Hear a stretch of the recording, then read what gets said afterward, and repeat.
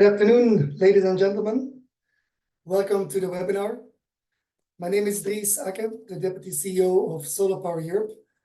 Today's webinar is about permitting, getting all of the environmental permits, grid connection permits for our solar projects continues to be a bottleneck and the cause of delay that we cannot afford for Europe's climate, competitiveness and security goals.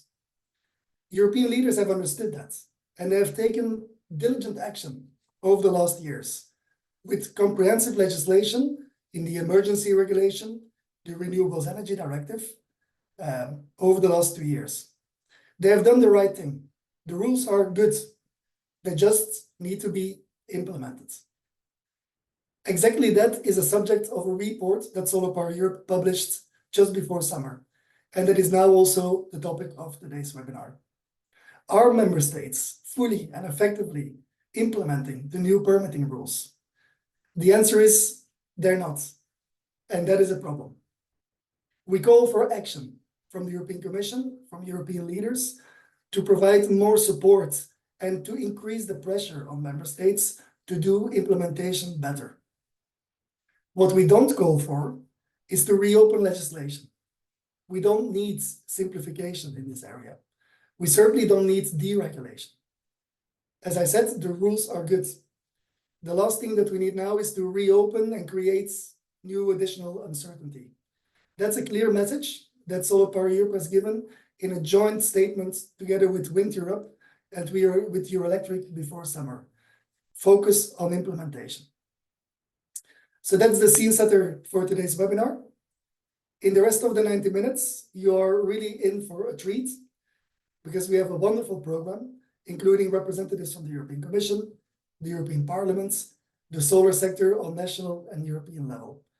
And all of that will be skillfully moderated by Costanza Hitzel at Statkraft, who is also the Vice Chair of the Solar Power Europe workstream on land use and permitting.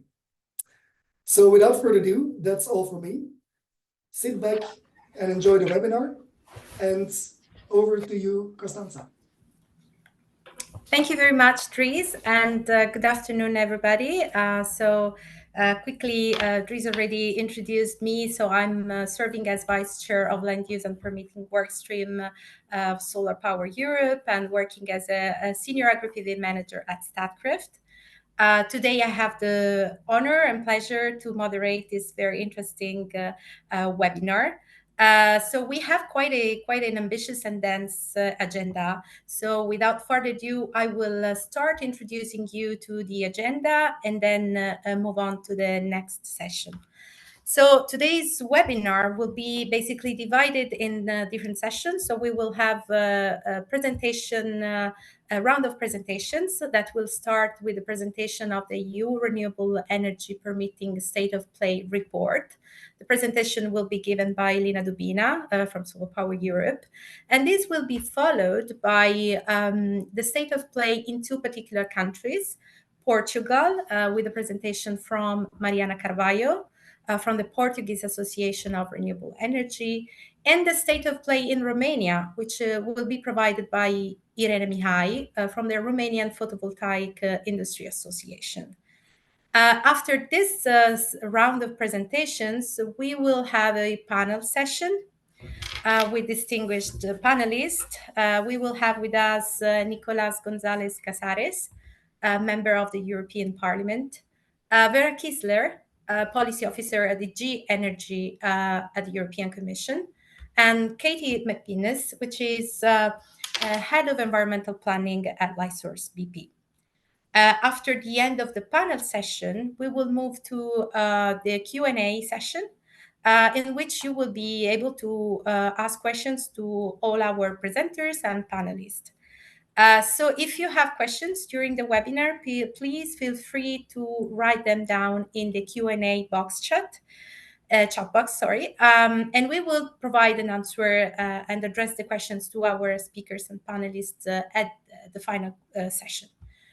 So I think that we are now ready to start with the first presenter.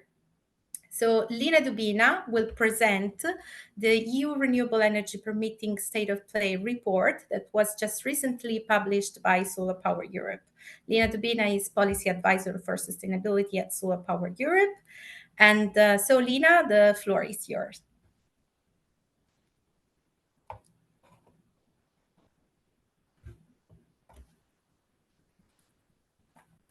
Yep, thank you, Costanza. And good afternoon also from my side. It's my pleasure to be introducing and also talking you through a little bit about what is in this EU Renewable Energy Permitting State of the Play report. So what exactly did we assess there and what are the main kind of takeaways and what do we put forward as the next steps? As already introduced, my name is Lina. I work as a policy advisor for sustainability at Solar Power Europe. And without further ado, I'm happy just to first give you a quick glance of the context. So why do we need and why did we develop the report and what was the objective of the report before we deep dive into the main results?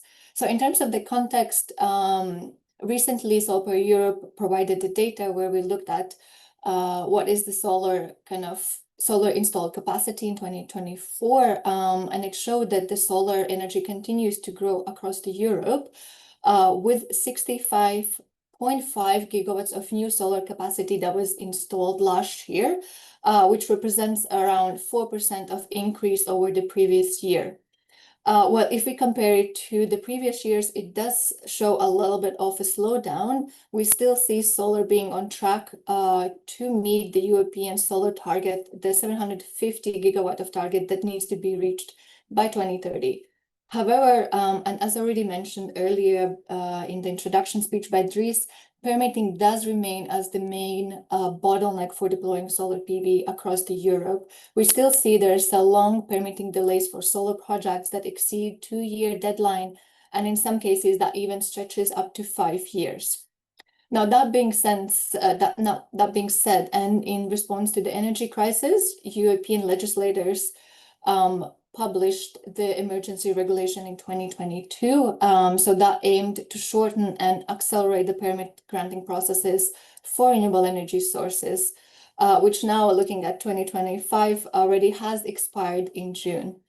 Whilst in the meanwhile, we also have the revision of Renewable Energy Directive 3, also known as RED 3, which was adopted in 2023 and now aims to introduce a more stable and long-term permanent regime on accelerating permit granting procedures for renewable energy sources. So clearly there's a good European legislation put in place, so we have the rules on European level. And that was kind of the main objective of why we did this report, was to look at how are the member states transposing these rules on a national context. So building on our previous report on the RES booster stocktake, which we developed and published in 2023, now we're looking forward 2 years later and we're assessing and mapping the main permitting provisions of the renewable energy legislation and how those are being transposed across the member states. Apart from the assessment of the transposition, we also looked on what are the good and bad practices, so looking whether these provisions are efficiently also applied on the ground. And last but not least, we also provided policy recommendations to see, to kind of ensure a robust and effective implementation on the ground. So maybe a little bit also about the Renewable Energy 3 transposition timeline, maybe for those who are not aware, and so we're all up to date and up to speed on where we are in the timeline. So it's divided into the 4 main blocks. So we have 2023, year 2024, 2025, and 2026, which you see on your screens. As I already mentioned, Renewable Energy Directive was adopted in September of 2023. It was published in the official journal in October and entered into the force in November of 2023. So the first kind of deadline came in with general transposition of the permitting provisions with the deadline of 30th of June of 2024, with some exemptions, for instance, renewable energy mapping, the deadline for transposing this into the national context and providing the map out of renewable energy sources was aimed to have the deadline of May of 2025, so summer of this year. And then we're still looking for the last deadline, which is the acceleration areas. So providing a map out of the acceleration areas across the member states, and they have the deadline until the February of 2026. So this is a little bit of the timeline of the transposition. Now maybe moving forward to the main results and what exactly did we assess.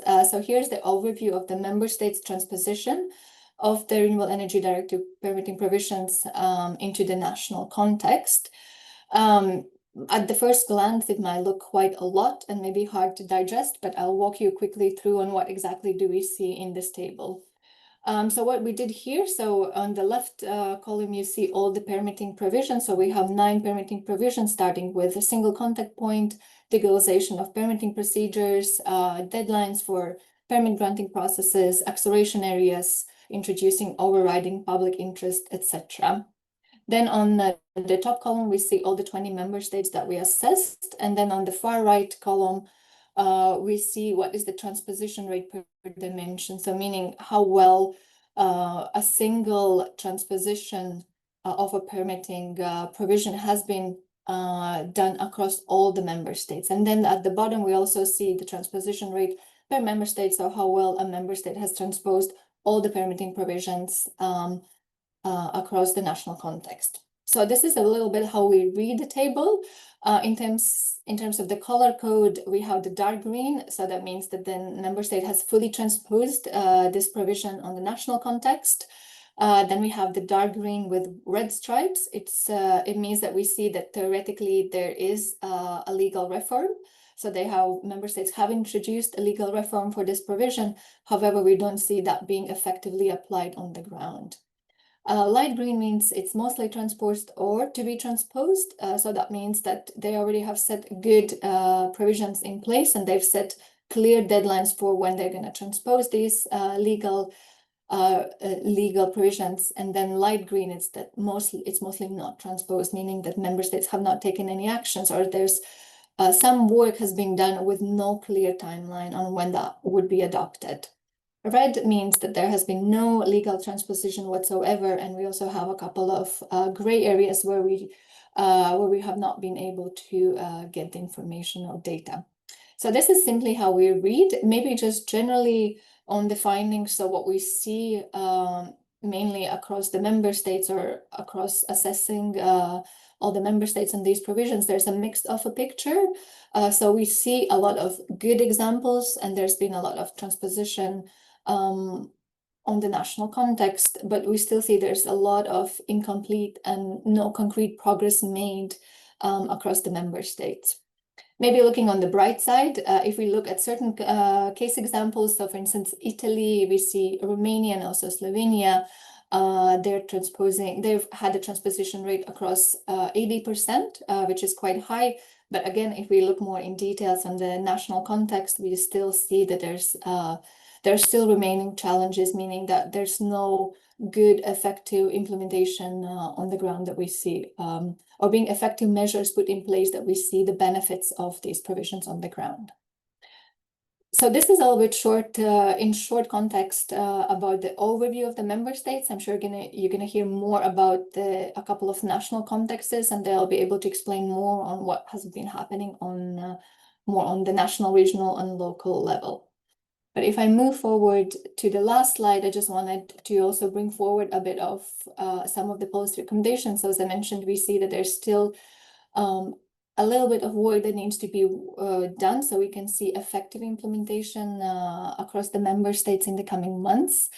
So a couple of policy recommendations that we have put forward, I'm not going to go through all of them, but maybe just to flag the main ones. And number one is that we want to emphasize enforcing existing EU rules, so focusing on implementing and making sure that it's effective and harmonized implementation of the Renewable Energy Directive 3, oversimplification, so not reopening existing EU regulations that can lead to deregulation. And this is mainly just to ensure that there's investors' confidence, we have the public acceptance as well as a sector, ensuring sector stability. We also want focus more on the European decision makers to support member states in the timely implementation of the RED III permitting provisions, and that includes kind of strengthening and showcasing good examples on how we can streamline these procedures and ensuring that there's also all legal and procedural requirements are put in place before the deadlines are approaching. Another important aspect is that we facilitate best practices and knowledge sharing amongst the member states, so we can actually show member states on the good practices and how these permitting provisions have been well implemented in the member states, so we can kind of pass on the knowledge to other member states, and that includes looking at the streamlining of permitting processes. How do we enforce the time limits are really met? How can we promote digital and transparent permitting processes, as well as a consistent and good coordination amongst all the administrative levels. We also think it's important to focus on developing clear and accessible guidelines. So for instance, providing guidelines for the member states on how to transpose and how to introduce the overriding public interest. And also it's important that we can focus on providing dedicated funding for training and capacity building for local and regional permitting authorities, as we still see this quite a big of a bottleneck on the regional and local level, that there's a lack of capacity to work through all of the permitting processes that are being submitted. And last but not least, also focusing on promoting simplified and harmonized permitting procedures also for innovative solar technologies. Last but not least, providing this harmonization of the permitting also for hybrid renewable energy processes, including combination of solar and storage, batteries and storage. So this is it from my side, and happy to answer any questions if you have at the end of the session. Thank you very much, Lina, for this very clear overall introduction to the report. It is interesting, especially to see that table, and I mean, a lot of red there. We hope to go through some, so like in next 2 years, we hope to see more green, and we will definitely work for it.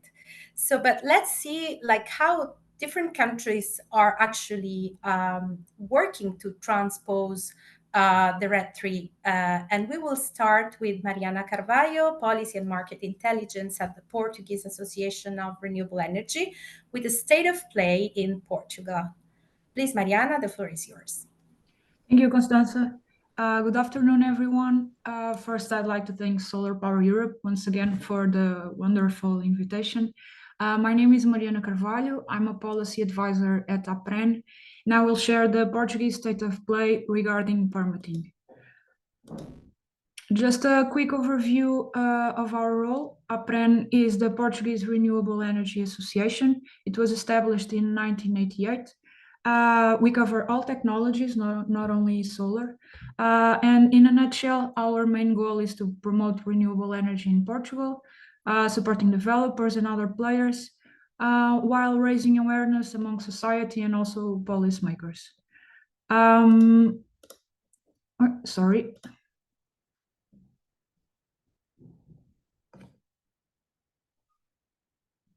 Can you help me go back? Sorry, I'm not being able to go back 2 slides. Oh, it's only going forward. Another one. Perfect. Thank you.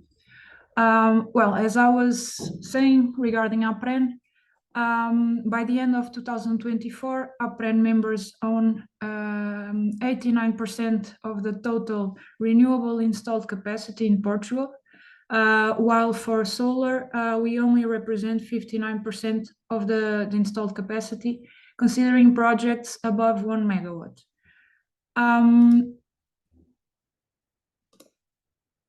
Going to the electricity mix, fortunately, 2024 was a record year. Renewables reached 80% of the electricity generation, with almost 11% coming from solar. And since Portugal is known for its great weather, here's the electricity mix from 2 months ago at the peak of summer, when solar reached 20% of electricity generation, which is a big win for solar. However, this level of solar generation was only possible thanks to the strong growth that we witnessed in the past two years. In 2023, as you can see in this graph, Portugal had a significant amount of new small and medium scale projects. But in 2024, this behavior shifted, with several large projects starting operating. 2025 hasn't kept the same pace so far. By the end of July, Portugal had 6.3 gigawatts of solar PV, with only 0.6 added this year. But don't get me wrong, 6.3 gigawatts are great news, considering the well-known bottlenecks in permitting. Nevertheless, our National and Energy Climate Plan is aiming for 8.4 gigawatts by the end of this year, which means that Portugal would have to permit around 2 gigawatts in less than 6 months in order to reach this target.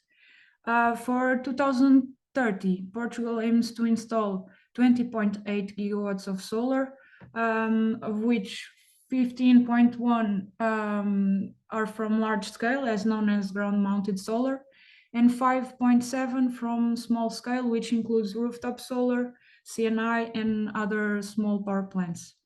For this amount of solar PV, APREN believes that a target of only 2 gigawatts of battery storage won't be enough to ensure the efficiency of the electrical system. We will need a much higher storage capacity to absorb surplus generation and provide flexibility to the grid, which will be much needed in the future.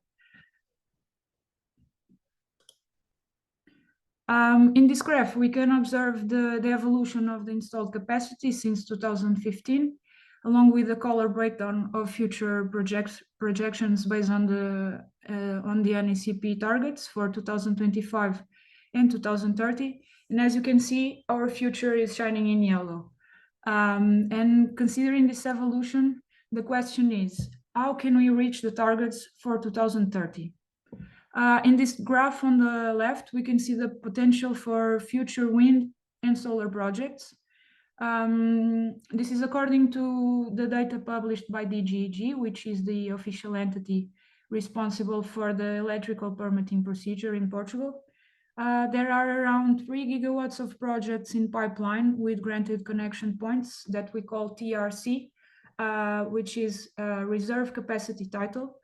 And these 3 gigawatts also include projects with a granted production permit, which is the second step in the permitting procedure carried out by DGEG. On the other hand, in the third bar, we have 12 gigawatts that, according to our TSO, come from valid applications which are eligible for direct agreement between the developer and the TSO to ensure a new connection point. These two options sum around 20 gigawatts of potential new solar PV projects, which is more or less the target for 2030. Besides these two options, it is also possible to develop new projects with existing connection points through hybridization of other technologies such as battery storage, wind, hydro, or through repowering existing power plants. But what's stopping Portugal from reaching all of this potential? So it is, as it's well known, one of the main bottlenecks in Portugal that is delaying the development of renewables is the lack of grid availability. That's why it's so important to invest in hybridization and also repowering, because it's very hard to connect new projects with grid connection points that are completely there's not existing grid availability right now. So all of our options that are foreseen in the law are not currently being used. So the previous 12 gigawatts that I mentioned are now closed. That's the end of the agreements by now, and we have no new options for new grid connection points.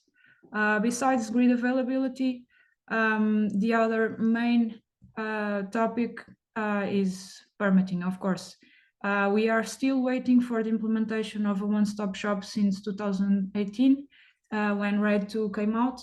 And this would probably tackle the difficulty that we feel interacting with different entities.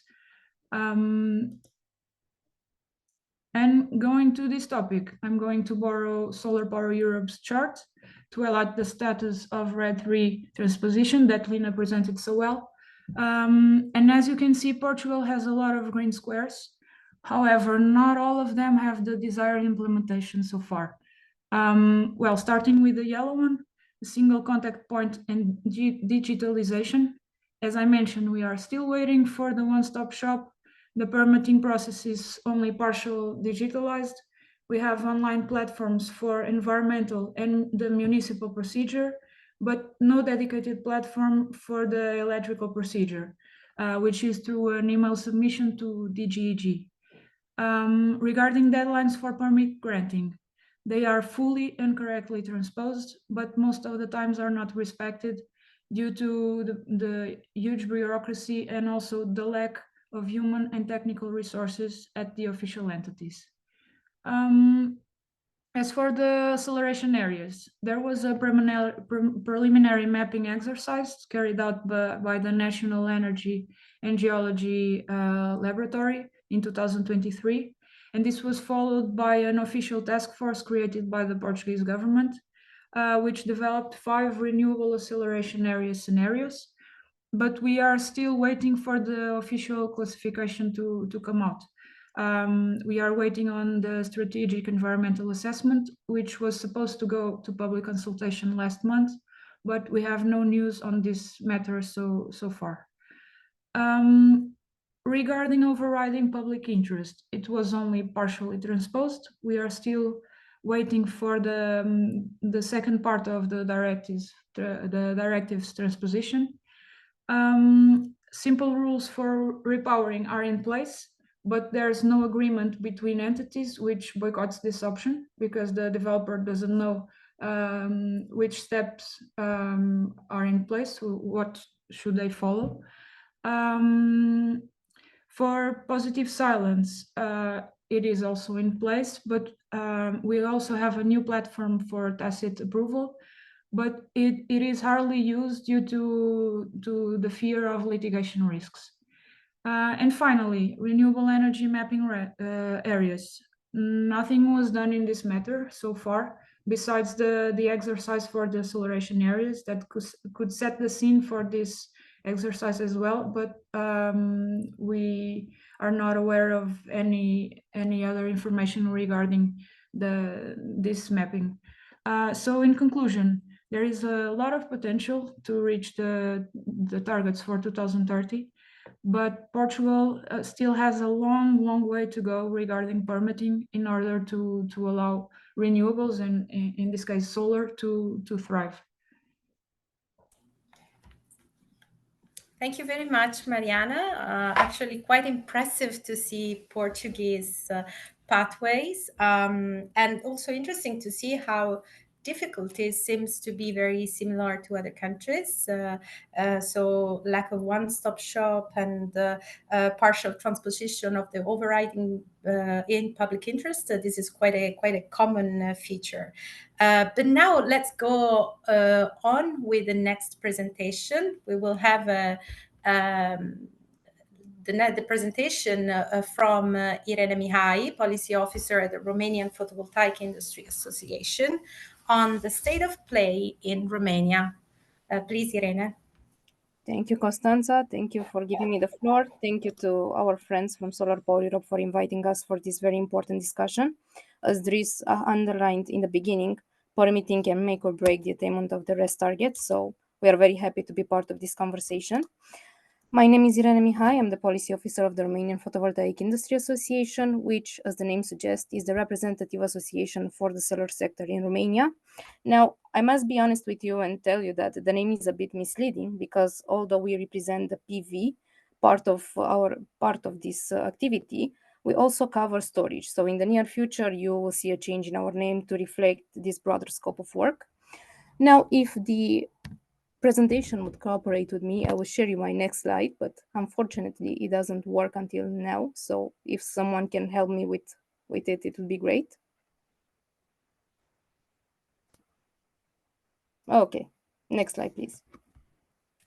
Now, before we dive into the permitting state of play, I think it's important for you to have the broader market context in order to put things into perspective. Now, this is an overview of the Romanian market. It comprises the most important developments of our sector. As you can see, we now stand at over 6 gigawatts of installed capacity, with over 1 gigawatt being added since the beginning of the year. Now, when you compare Romania with other markets, that number may not be that impressive, but it must be underlined that we have managed to exceed the 6 gigawatts threshold in less than 3 years, I would say. We restarted the solar sector back in 2022 with 1.4 gigawatts of solar that were deployed mainly in the 2010s period.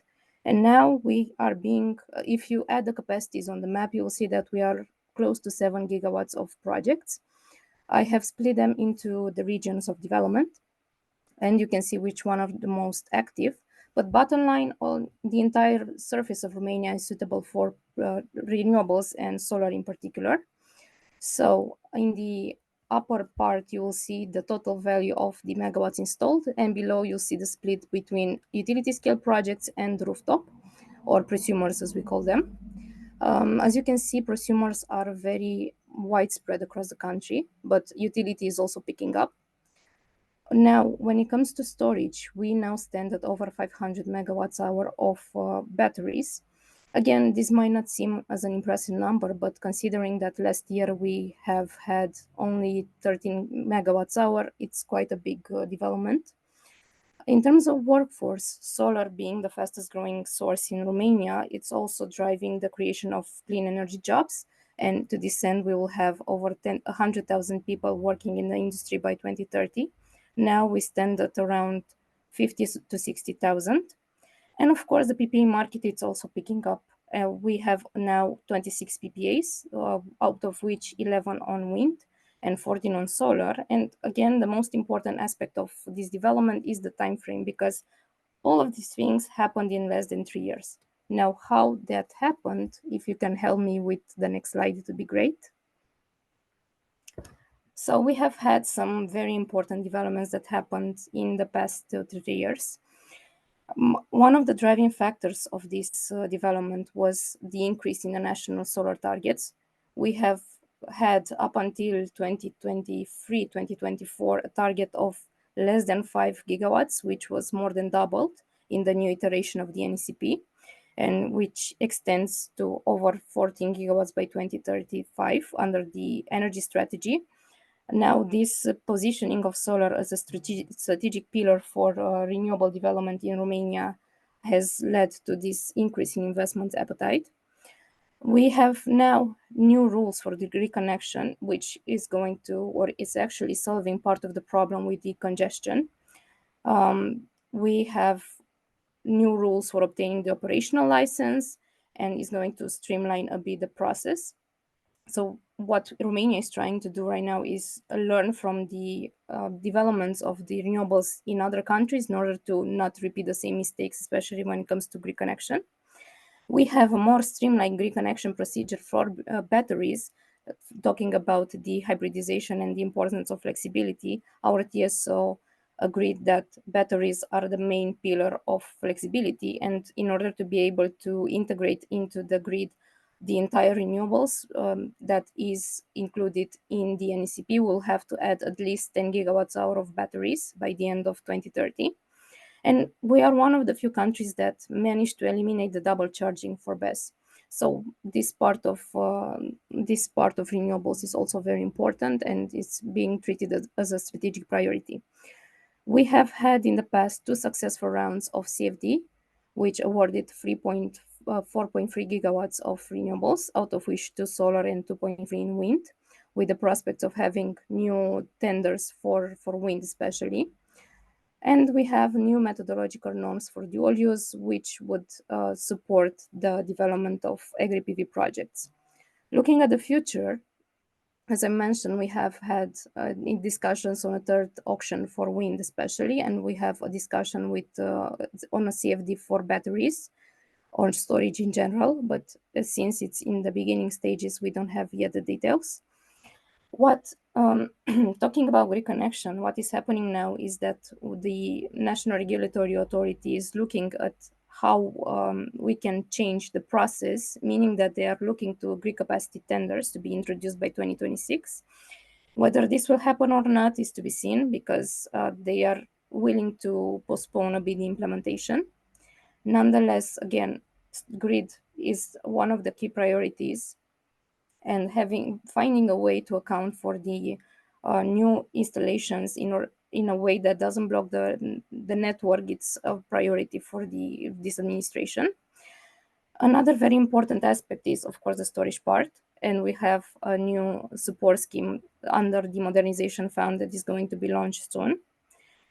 In terms of warranties of origin, Romania is poised to become a member of the Association of the Issuing Bodies by 2026. That would make the GEOs tradable outside our country and in Europe, and will support also the PPA market development. And of course, we are looking to become a member of the OECD by 2026, and that will support our international presence. If you can help me with the next slide, please. Now, we have gone through a lot of developments, and a lot of them are the result of the exact thing that we are discussing today, permitting. We are one of the fastest countries when it comes to permitting, meaning that for solar, for example, it would take 2 to 2.5 years maximum to from conceptualizing the project to connecting it to the grid. So with 2 years, I think we are the second fastest, if not the fastest country when it comes to the deployment of solar. Now, as you see here, we are mostly in green, aside from 2 aspects which are related to acceleration areas. However, not all of them have the desired implementation, as it was also underlined in Mariana's presentation for Portugal. For example, we have a single contact point, but it is mainly used for the smaller installations. We will have an utility scale one-stop shop that's going to be deployed by 2026. So the permitting process is not entirely digitalized yet. The deadline for permit granting is, well, a double-edged sword, in the sense that, of course, for solar it's much faster, but for wind we see a lot of delays in implementation. So, for example, while for us it takes 2 years, for wind it takes around 5 years in total, or something along this line. So there is a big discrepancy between the generation sources. On the acceleration areas, we don't really see that much of a development. We have had a national recovery and resilience milestone with the transformation of some unused lands into acceleration areas, but it didn't happen yet. On overriding public interest, it applies, but not to all of the relevant processes, exactly because of the litigation dimension. And of course, for wind, it does not apply in the same manner. For repowering, again, the discussion is a bit broader, because while we have simple rules, the installations are not yet that old. As I mentioned, we have added over 4.6 gigawatts of solar only in the past 3 years. So there's going to be a big period up until they will be repowered. On artificial structures and small scale, I think that we are very good in this side, because, for example, for small installations and for residential installations, it should take around 1 month to maximum 3 months to permit the entire installation. For positive silence,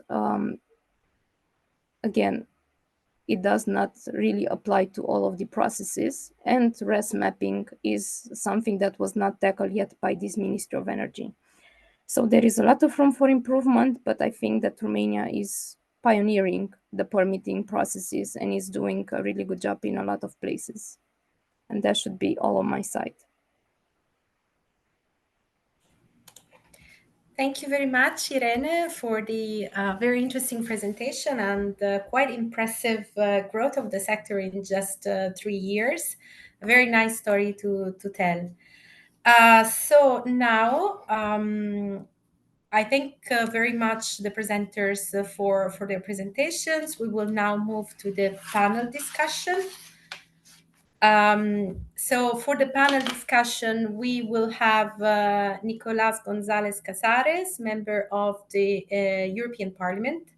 MEP Casares, I think that will join us in a few minutes, but we can definitely start with the other panelists. Vera Kisler, Policy Officer at the GNR of the European Commission, and Katie McGuinness from Lightsource BP. She's, as I said before, head of environmental planning and an expert of the PV sector. So I would, so thank you very much for accepting our invitation, for being here. Real honor and pleasure to have the opportunity to have this discussion with you. So I would start with a question to Vera Kisler. Reading the report, but also listening to the speakers earlier, it seems like while sometimes the reason why some countries are lagging behind is due to non-application of certain reforms, in several cases, policies and reforms are in place, but what is missing, it's like the concrete application, efficacy of these reforms. So my question for you will be what are your thoughts about this gap between like a policy being there and the policy being actually effective, and if you like, what is the how this is influenced by the concrete, real policy will at the national level? Yes, thank you, Costanza, and thanks for inviting me. I'm happy to comment on this very good question. So I would agree that political will is a key ingredient for successful permitting reforms at the national level, of course. And we have seen with the energy crisis that it triggered ambitious measures, both at the EU level and in many member states. But for these high-level measures to actually trickle down to the regional and local levels where most of the permitting decisions are taken, a few other conditions are also needed. And I would quote three of them. Firstly, often the national reforms need to be followed by secondary legislation or some guidelines to make them really operational and applicable on the ground, and this can take time. Secondly, we see, of course, a big challenge in staff and skills in the permitting authorities, especially as the number of projects is growing, as we have seen in Romania and Portugal as well. And thirdly, the new provisions in the revised Renewable Energy Directive sometimes require a real change in the administrative setup or even culture. If you think of the single contact point, digitalization, tacit approval, these are sometimes new concepts in member states, so the change does not happen overnight. So to sum up, yes, we need both political will and good regulatory activities. And at our level, we try to support member states by offering technical assistance, raising awareness of also EU funding possibilities and exchange of best practices. We have a dedicated expert group on permitting, for instance. So we're exploring ways to really step up this even further. And of course, where member states fail to implement the directive fully or correctly, we will follow up also on this, and as part of the transposition checks, we have currently open infringement cases against all member states in relation to the revised directive. So this is work in progress. Thank you very much, Vera. Indeed, it's complex, and definitely it needs time. Now I would have a question for Katie. So Katie, you work in several countries in Europe, and I'm sure you have a bunch of experience and good practices to share. So as we often tend to focus on negative, do you have some nice and a successful experience to share? And also, if you can share your thoughts on how we can actually make sure that these good examples become inspirational for other countries and are shared across Europe. Thank you, Costanza, and Alina and Mariana and Irena for your good summaries and your presentations before on the state of play. I think I agree with everything that you've said from our experience, and I think it's fair to say that we do still have a long way to go in accelerating permitting across most countries. And yes, as you say, Costanza, we could probably talk for hours on what's not happening and what's not going particularly well. But I would like to share some good practices. I was doing some digging with our kind of planning leads across the different countries, and we did struggle, to be fair, to find some kind of concrete examples. But I thought it'd be worth touching, not necessarily on solar, but what is happening in wind and also battery. And there's, there are actions are being taken on wind and batteries in certain countries that I think could apply to solar. So just a couple of them. So first, obviously, I like to look at Germany. And the reason I like to talk about Germany and actually reflect on wind in Germany, there was an article last week, I don't know who else saw it, but that article confirmed that 15 gigawatts of new onshore wind farms were developed in 2024. And they're on track to beat that in 2025 with 8 gigawatts of onshore wind permits already granted in the first half of this year. And they're now granting wind permits within 18 months, on average. So what have they done and what could be done for solar? I think firstly, Germany did have a bit of a head start. It may have cheated a bit in terms of, they've been looking at prioritizing kind of wind areas or kind of identifying wind priority areas since the early 2000s, with the introduction of kind of strict spatial planning requirements. But in 2021, the new government then set very high targets for wind and solar development deployment, and for wind set targets for establishing wind priority areas at kind of 1.4% per federal state by 2027 and 1.8% per federal state by 2032. The consequence of not doing that would be that wind could go anywhere within that state. And then obviously with the implementation of the EU kind of emergency regulation, wind priority areas were then declared wind acceleration areas. And they were able to do that because in identifying those wind priority areas, they had already undertaken strategic environmental assessments, so had ticked all the criteria that they would need to have done for those renewable acceleration areas. And as a result of those renewable acceleration areas, but also some of the simplifications they put into their permitting processes and are limiting the need for EIA, that is why you've seen a kind of an acceleration in the kind of development and deployment of wind development in Germany. I say it's not the same for PV. I had an interesting discussion with our kind of lead today in Germany. I said, for PV, they have identified privileged areas, being sites near to motorways, autobahns, and railways, where solar is prioritized in planning. So the other reason why they're not looking at renewable acceleration areas for solar is because the permitting system is working quite well there. And the reason it's working well is that there is generally a high level of acceptance for solar projects. Across kind of national, regional, and municipality level, and helpfully the permitting process in Germany is very transparent and engages all the relevant stakeholders and communities from the start as part of a formal process, and they are involved throughout the process as well. So, so that has improved kind of social acceptance of solar projects in the region and kind of limited kind of the opposition. So it makes obviously the permitting process smoother to go through. And obviously, in addition to that, in some areas, community benefits are obligatory for solar projects. You're looking at, I think, €2,000 per megawatt, which has helped with kind of social acceptance. So that's kind of one example I thought I'd bring to the table, but a couple of others where we've seen kind of simplification of permitting procedures, not necessarily formal, but obviously seeing reforms across a number of countries, including digitization, one-stop shops, but as we all talked about today already, they're not all as effective as they could or should be.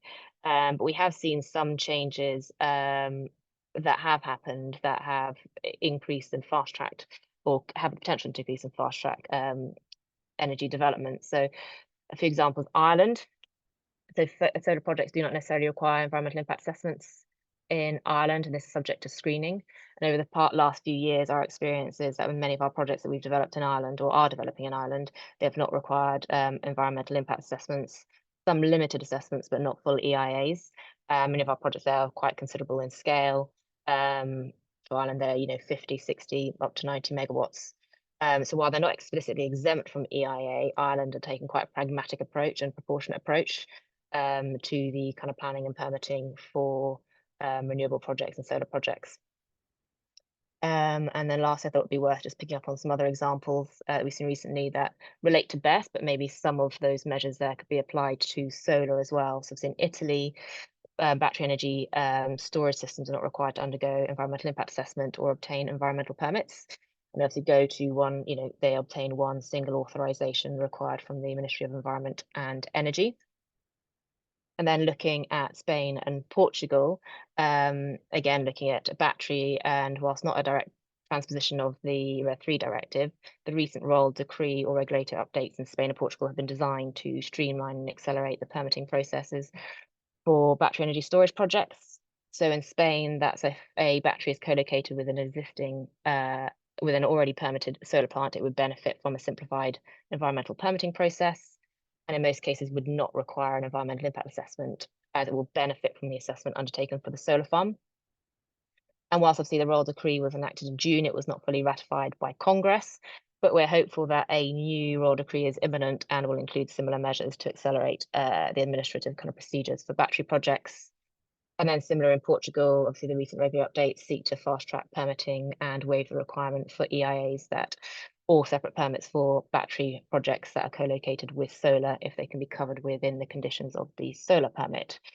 So, I think it's something that we could be looking at for PV solar projects, particularly ones that are of smaller scale, that are non-complex and not in environmentally sensitive areas, whether those could be fast-tracked and not require EIA explicitly. Thank you, Katie. You touched upon quite interesting examples, and I think that we should start, looking also not just at solar examples, but also what's happening in terms of like other renewable energy projects and what's the approach. And then, like you mentioned, the co-located projects. This is probably something that we will hear more and more in the next months. But you also mentioned the social acceptance, the issue of social acceptance. So I have just a follow-up question for you, because we discussed earlier with Vera the thing of efficacy of like policies being linked to concrete political will. But if we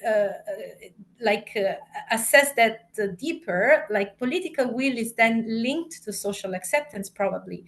So for example, in the local communities, if there is high opposition against the renewables, probably there will not be political will to promote solar deployment and renewables deployment in general.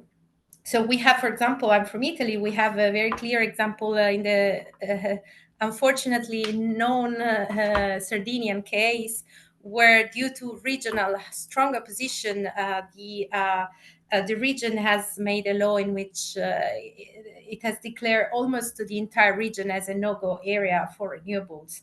So, so when it comes to social acceptance, what's your experience in the countries where Lightsource BP operates? And here probably we need probably to do something more to spread awareness on our projects and engage more the community. So I don't know if you have some example of community engagement that you want to share. Yeah, well, I mean, from our experience, there is pretty much, community opposition. It was always at a local level, but we are experiencing it in most of the countries that we're developing in at the moment, and I think that applies to solar, but kind of other renewable energy projects. And it is a challenge, as you say, across Europe and globally as well. From experience that we've gotten outside of Europe as well, and obviously, that community opposition can lead to delay in projects, increase costs, and is suggested we're finding that politicians are facing pressure to slow down or block renewable initiatives. They don't necessarily have that political will. to support them. And, we're finding it in some cases can lead to like restrictive policies and slower progress for achieving obviously the various country targets. But say lack of political will is linked to a lack of social acceptance. But also you can flip it around the other side. If we have stronger political will and better support for solar and renewable projects with better communication, that can help change the narrative and improve social acceptance. I say, you firstly need to look at kind of why don't we have that local social acceptance, and why does opposition arise? Well, there's probably a number of things. The first one is concerns around local impacts, the visible changes to landscapes. Solar farms and wind farms and other developments can be seen as intrusive. They're seen as harmful to wildlife, soils, groundwater, pollution. They can impact on land use, in particular agricultural land and agricultural businesses, impact on house prices. Now, some of these are real impacts that we must mitigate and manage, but many of these are also perceived impacts. And that's what we really need to work on. And we need to work on it as an industry. We've been developing solar farms as an industry for over 20 years.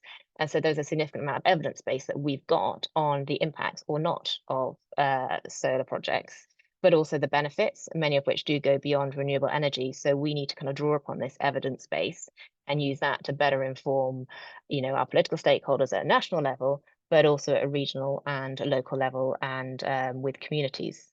So I say it's kind of impacts to start with that we need to look at, but also I think the issue with local acceptance is the lack of tangible benefits. The benefits often feel kind of abstract or distant, kind of energy security, cost of energy in the future might, go down, climate change. People don't necessarily see or experience the direct benefits of renewable energy.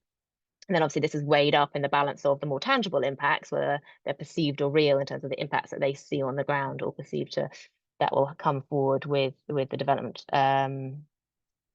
So there's kind of the lack of, tangible benefits for communities. In addition to that, I guess what's not really understood or not well communicated is that many solar farms deliver kind of multiple benefits beyond kind of clean, green, renewable energy. Diversification of land can support agricultural businesses and jobs, environmental improvements, and new or better managed habitats can improve biodiversity.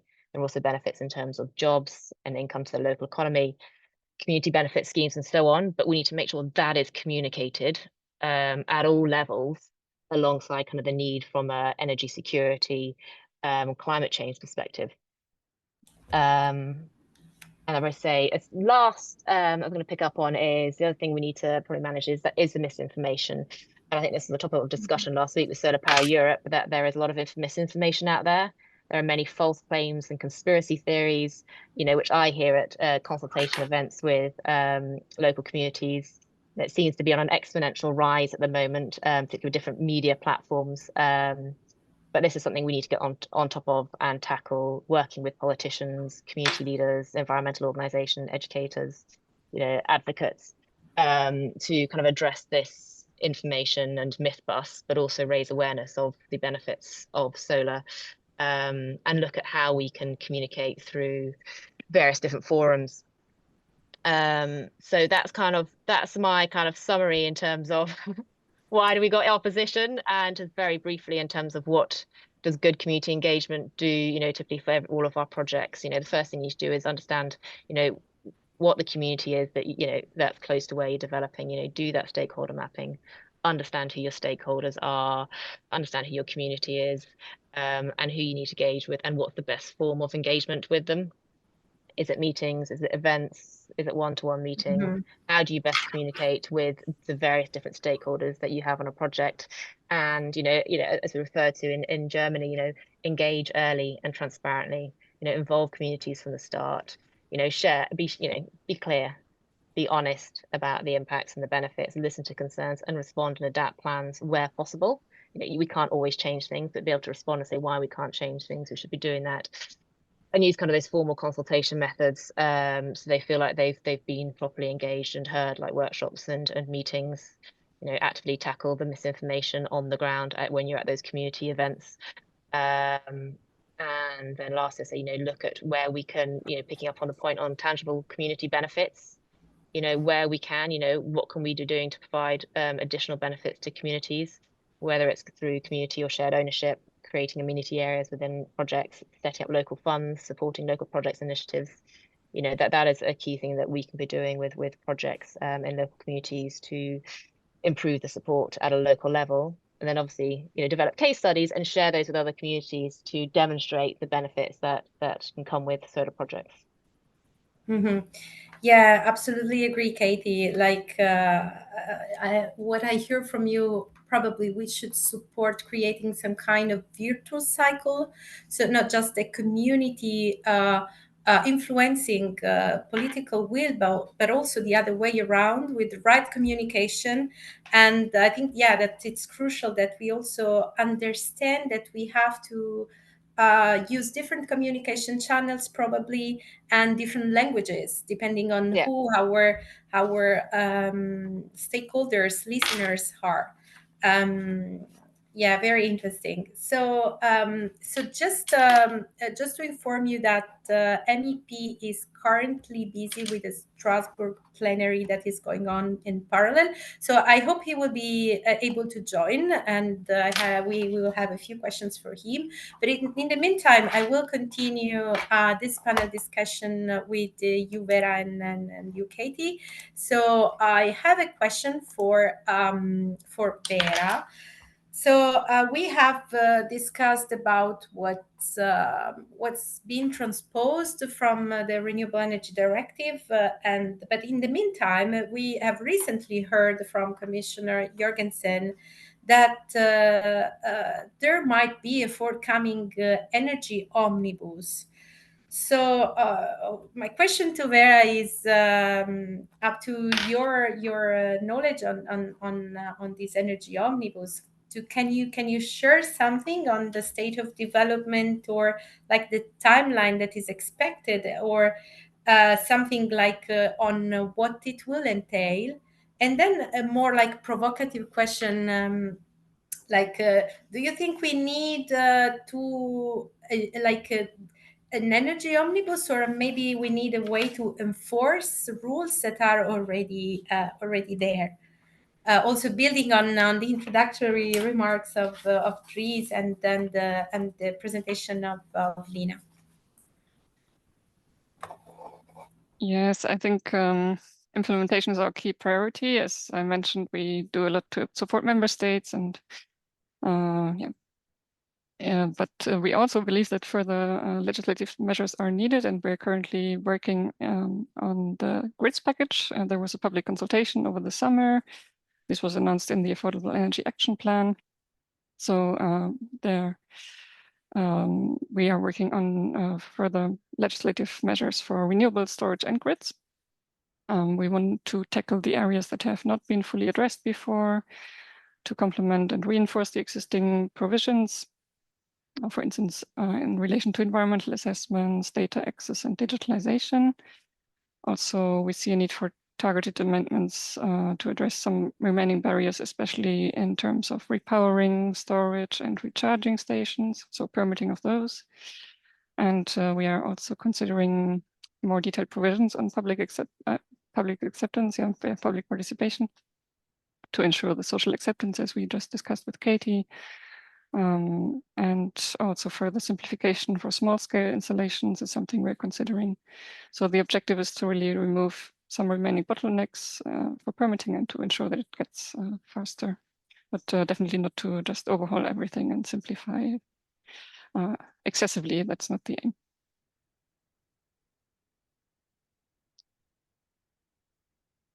Thank you very much. Thank you very much. This is reassuring indeed. But now I have another question for both of you, Vera and Katie. I will start with you, Vera, and then maybe Katie can add on this. So my question is now, you touched upon this issue in the earlier question, but maybe ask you to elaborate a bit more. So we are seeing often at the local level that permitting procedures always take often very long due to lack of capacities at the local level, or sometimes it's lack of resource. Sometimes the resources are there, but they lack the skills. So what can the Commission do on that, and what is actually doing in the field of capacity development that probably should start at the national level and then go down through the local authorities?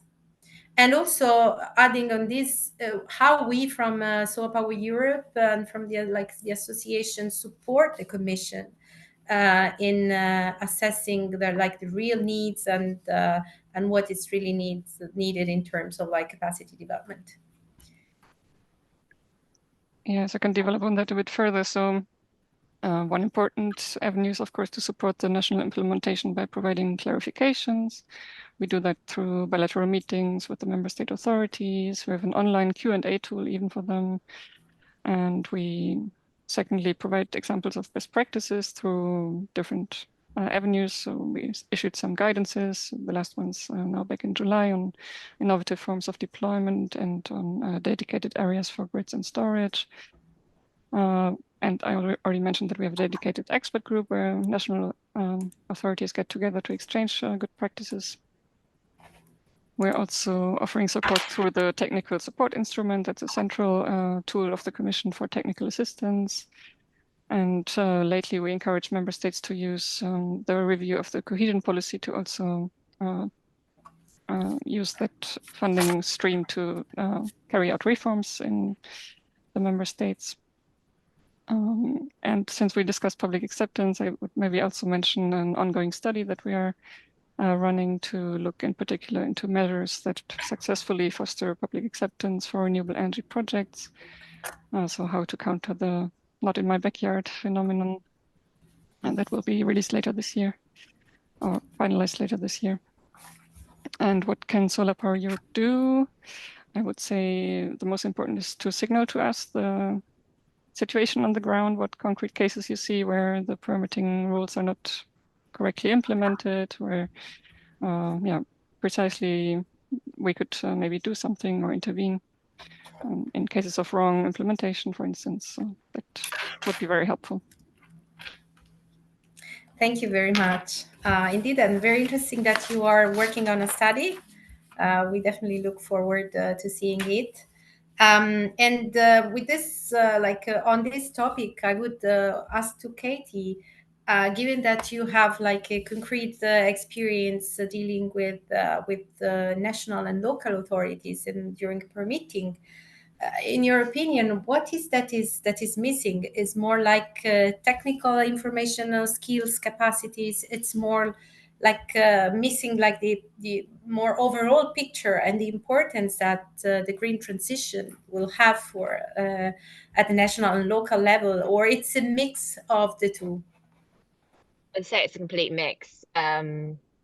I think we're seeing resource constraints. Just generally, there's not enough people on the ground within the various different permitting authorities to deal with probably the number of projects that are coming through. I think there's also a backlog of projects that need to be managed as well. So not only is there a backlog of projects within all these authorities, there are new ones coming in. They simply just don't have the resources to be able to respond within the timescales that they need to. And then there's always an ability to delay the permit decisions because there's always a part of the process where they could ask further information. So I would say it's that, but also sometimes a lack of experience and expertise within those organizations, particularly in areas that haven't had renewable energy projects come forward to get at a more of a local municipality level.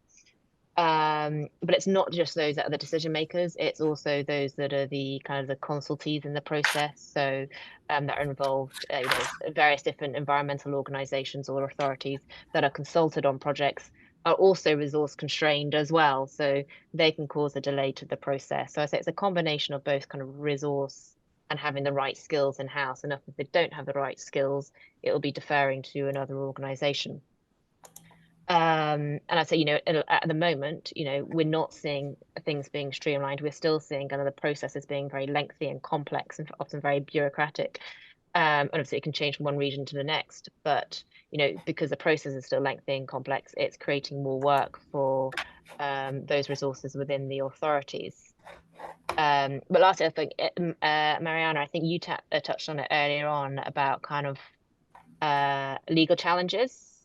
There is also, we're finding a kind of real fear of kind of challenge and litigation action on decisions that are made on projects. So we're finding that those authorities are almost being kind of overcautious. They're asking for excessive amounts of environmental assessments. They're slowing the pace down. They're checking all the boxes are ticks. They're taking longer to do internal reviews to kind of mitigate that risk of litigation. But obviously that's creating more work for themselves and delaying the process. Thank you very much, Katie. So I think we are perfectly on time, and I am quite sorry that we didn't have the chance to ask questions to MEP Casares. I will now try to address questions from the audience if we have any, and hopefully in the meantime he will join us. So we have a question from Marco Mura. So this is quite a specific question on the permitting. So should we consider the rest development located out from suitable areas like they are in a not allowed area? So very, very specific and technical question. I don't know, maybe Katie, you can reply to this. Sorry, I was just trying to understand the question there. So should Yeah, I think I think that this is asking if we are not in a suitable area, if we should consider that as a no-go area. No, definitely not. And I think that's something that we'd all push back on, is that there are potentially suitable areas. There's areas that you'd need. Yeah, no, we should not. If it's not in an acceleration area, then it doesn't mean that it shouldn't be permitted. It obviously just needs to go through the correct process in terms and the permitting process as you would have done otherwise. So, yeah, I mean, yeah, absolutely, and yeah, please. No, so that's always been our worry with the renewable acceleration areas, is that the areas that are not renewable accelerations will be no-go areas. But obviously you need to go through the process of demonstrating that, your environmental impacts, if you have any, are going to be mitigated and managed appropriately. And then that all needs to be weighed up in the balance of the kind of the benefits of the project versus the impacts. Can you hear me? It went quite, yeah, I can hear you now, yeah. Okay, sorry, I missed you. I lost your last part, but maybe it was just me.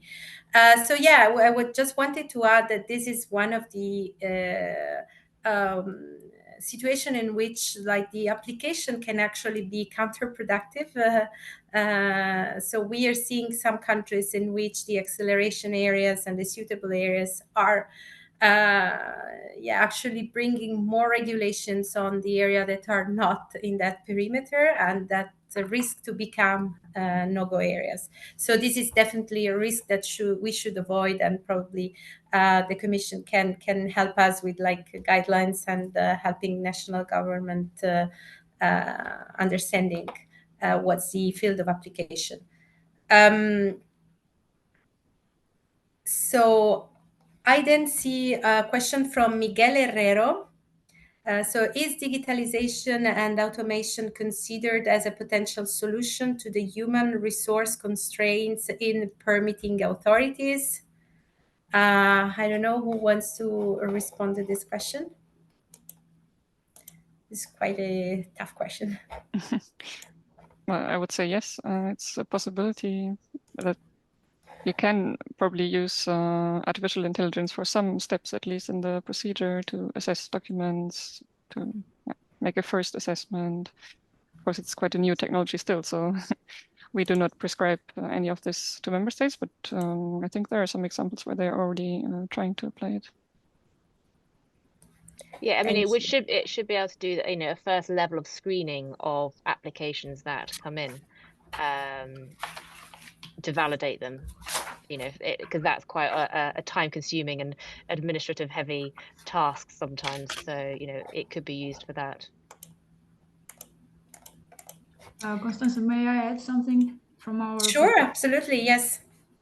We think that is fundamental to invest in digitalization and automation throughout the process, but it's important to ensure that all entities during especially the environmental permitting procedure are in the same page. And this is what we feel in Portugal, that not all the entities throughout the country, from north to south, there are different perspectives. They are not all in the same page, and it would be much easier in terms of goals. And at the end of the day, we all want to contribute to energy transition. So it would be great if the government focused on task force and training sessions to ensure that everyone understands what we are doing here, and it's not renewables against environment, for instance. Yeah, absolutely. Okay, then we have a question. Would it be possible to make a column with the percent of solar contributing to total electricity generation in each country next to the percent permitting progress in the transposition chart? Lina, maybe this is a suggestion for next edition, probably, of the report. Yeah, thanks. Yeah, I think it's something we can consider and see how we can integrate that on whenever we're going to do an update or kind of a follow-up on the state of the play in the coming months. Yes, thank you. And then, so to Vera, when should we expect some updates on the infringement process of RED 3 and specifically for permitting from the Commission? I will definitely not make any promise. We're doing our best to progress quickly, but it's also a process that takes some time because we are in a dialogue with the member states. We ask them questions, they have time to reply. So yeah, do not expect miracles in the very short term, but this is a whole process that over time will improve implementation. Thank you. And then a question, so are there alternatives to battery plants to access electricity like hydrogen plants? I don't know who wants to reply to this. I'm not sure I got it correctly. From our side in Portugal, we also have a nitrogen strategy. So the goal is to invest in direct and indirect electrification. So yes, hydrogen is also one way to do. Okay, thank you very much, Mariana. So I see there are no further questions. So I have, if you have any other question, please feel free to write it down. And I have actually a question for our speakers, Mariana and Irene. I want to know, like, I was quite impressed by your presentations for different reasons. So for Portugal, it is impressive what you have done in the last few years and how, like, the renewable energy sector in general is contributing to your electricity demand, like supply and demand. But also from Romania, and the fact that it has like a kind of a boom in the last 3 years. So what is the so linked also to the discussion that we just had with Katie and Vera, what's the feeling, like what's the level of social acceptance, and do you feel any difficult? Is it, for example, in Portugal quite accepted now and normalized, or you still find opposition? Maybe Mariana, you can start, and then Irene. It's quite different between solar and wind. Wind is very well integrated in Portugal. It has almost or more than 20 years of implementation here. So society is quite used to see wind turbines in the landscape, and we didn't have opposition during these 20 years. Regarding solar, we feel that the impact is bigger considering landscape, because it's especially for larger solar power plants. It's like the impact on a less mountain area, it's more visible for those that live around. And specifically in the south of Portugal, there are a lot of tourism and activities that are against the development of big solar power plants. So one of our goals in APREN is regarding this matter to ensure that we can promote the communication between communities and developers to ensure that everyone gains with these projects, that it's good for the local economy, that helps developing jobs and other infrastructures that these communities could benefit from. So this is one of our goals. We have a project focused on the biodiversity, for instance. I'd be happy to tell you more about it, but for now, I'll give the word to Irene. Thank you. Thank you. Thank you for the question, first of all. When it comes to social acceptance, we have never had a problem in this sense. I mean, we have never faced an issue like not in my backyard, because everyone, especially when it comes to solar, is pretty open to having more and more renewables. Solar in particular is very popular, especially among residential users. So basically everyone wants solar. What I can tell you and what we do in general to support this better understanding of solar in larger communities is we organize an event that is called Solar Open Day. You may be familiar with the Wind Open Day concept.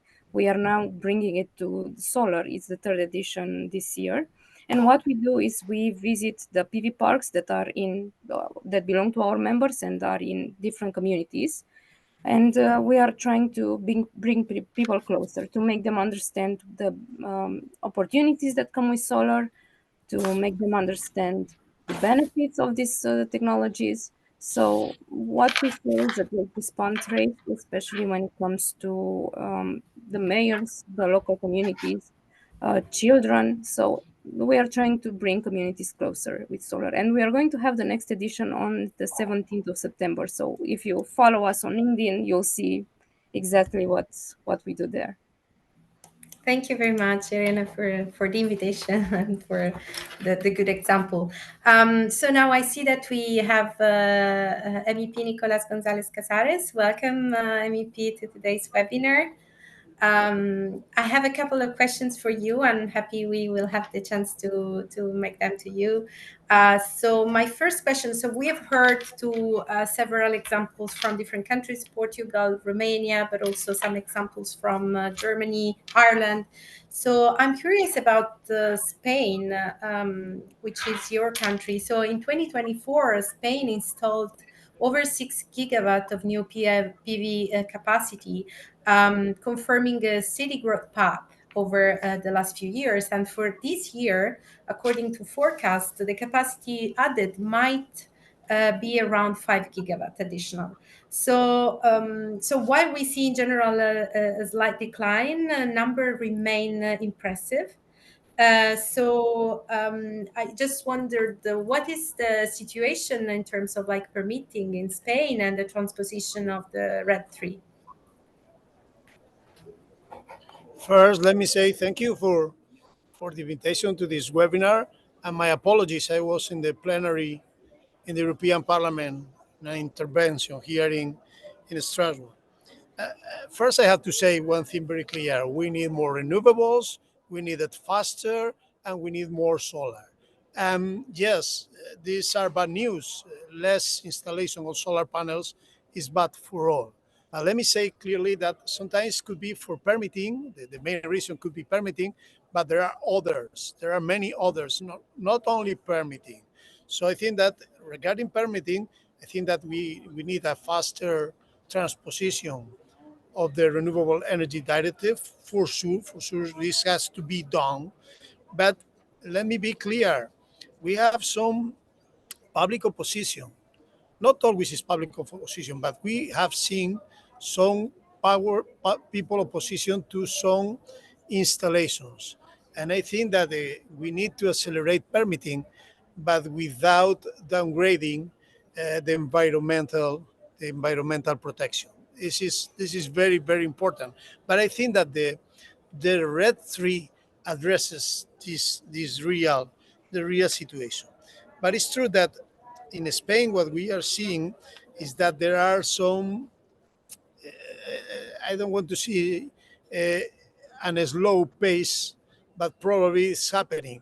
But not only because permitting, also the low prices on certain times of the year in the spot market are a problem. So we have solutions also in the electricity market design, in the reform, boosting TSDs, enable the possibility of new PPAs are keys in order to boost and to accelerate the installation of solar panels. And I think that we need also hybrid solutions in order to take to unlock the full potential of solar PV.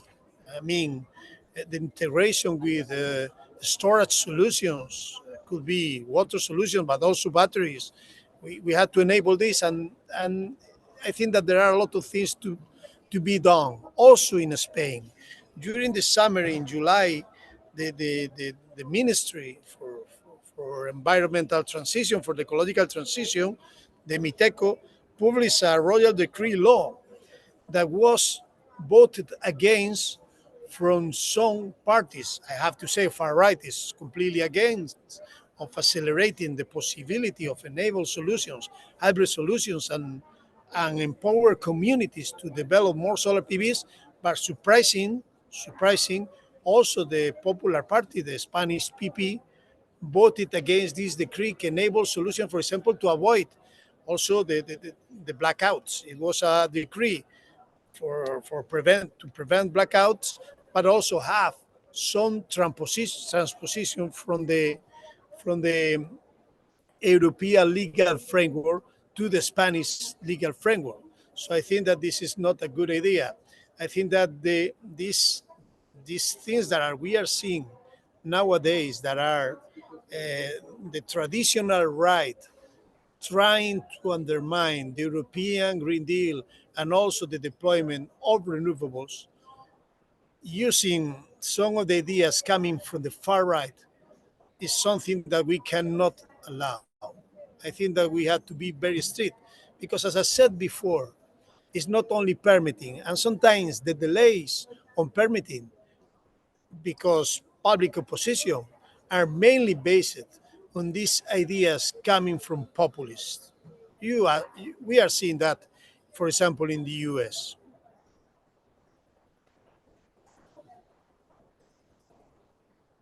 Sorry. Sorry. Yeah, absolutely. And we actually, in the first part of this panel session, we also touched upon these issues of like the importance of political will and the public acceptance. But you also mentioned the issue of like the negative prices and market, which is an interesting, very interesting topic. And it's not just an issue for Spain, but it's becoming an issue also for other parts of Europe. So, like you played a very key role in shaping the reform on the electricity market in Europe and consumers' protection. So, my question would be, like, what are your thoughts in general on what is happening on the energy market currently, and on the demand side drivers? So, there were some expectations for an increase in the demand for electricity, and maybe these expectations were not actually realized to that degree to forecast. So what do you think? I think that demand, you're right, demand is key. But for this demand to happen, we need more electrification. We are waiting for the electrification strategy from the Commission, but it's true that we have some tools nowadays in the European legislation. Where are we lagging behind in electrification? Mainly in industry and in transport. But in transport, we have solutions nowadays to electrify, to go faster for electrification.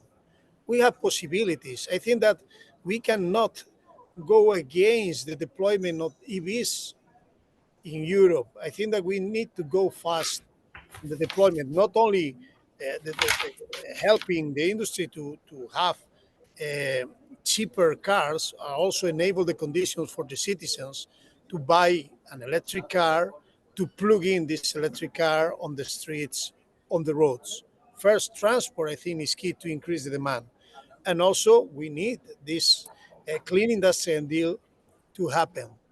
We need a clear electrification of those industrial sectors that already have solutions to increase the electricity demand and to take advantage of renewables. Because we know very clear we have negative prices. Why? Because solar power is cheap. This is the reality.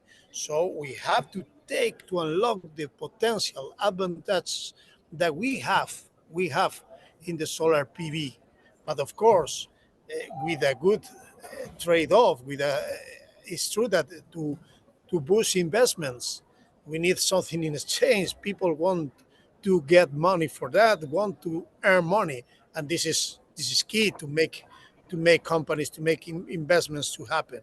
So I think that we have to push faster for a better implementation of the electricity market design reform, to give more space to CFDs, and to enable these solutions that we have in the storage, for example, I think is very important in order to help solar PV to get more and more in the market, to get a more development. But let me say, I think that also we need to have a better implementation of acceleration areas. I think that there are also things in the implementation of the Renewable Energy Directive that we need to go faster on that. And last but not least, undermining the European Green Deal is not a good idea, not only for renewables, not only for our climate targets, also for the people, but also for our economy. Solar PV can help our economy to be less dependent, more autonomous, and also more efficient. Great, thank you very much for your contribution, and thank you to all of the panelists. So there were a lot of things, important things that were discussed today. I will just try to very quickly wrap up. So we need faster deployment of solar, but we have to expect some delays due to the fact that we need secondary legislation, and this sometimes requires time for the concrete and efficient application of policies.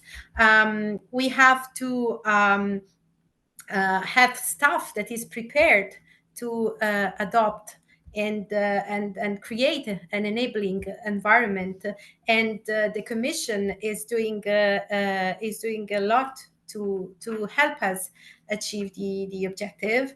But we also need to work on social acceptance and to create some kind of virtuous cycle in which social acceptance and political will work together to boost the sector. Unfortunately, as MEP just shared, and as we all see in our countries, populism recently is creating some issues on like achieving this virtuous cycle of social acceptance. And then there are the demand side drivers. So demand side drivers, and as was just said, we have to make sure that electrification in the automotive, but also in the industry, reaches the level that then pushes demand for new electricity.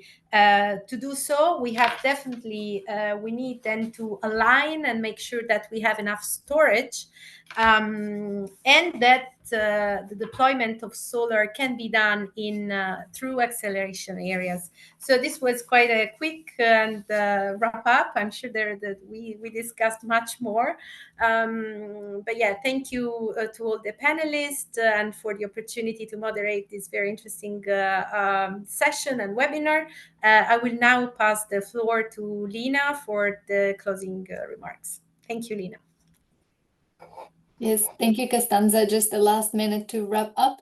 Also, a big thank you from my side to all the speakers for finding the time in your busy schedules and dialing in even directly from the Strasbourg. So all much appreciated for providing your inputs, because this is an important discussion at the moment, and it is going to be an important discussion in coming months and years. So thank you again for everyone who joined in from the speaker's side, but also a big thank you to you, Costanza, for moderating the discussion. Again, it is an important topic, and thank you for making it such an interesting and rounded discussions around it.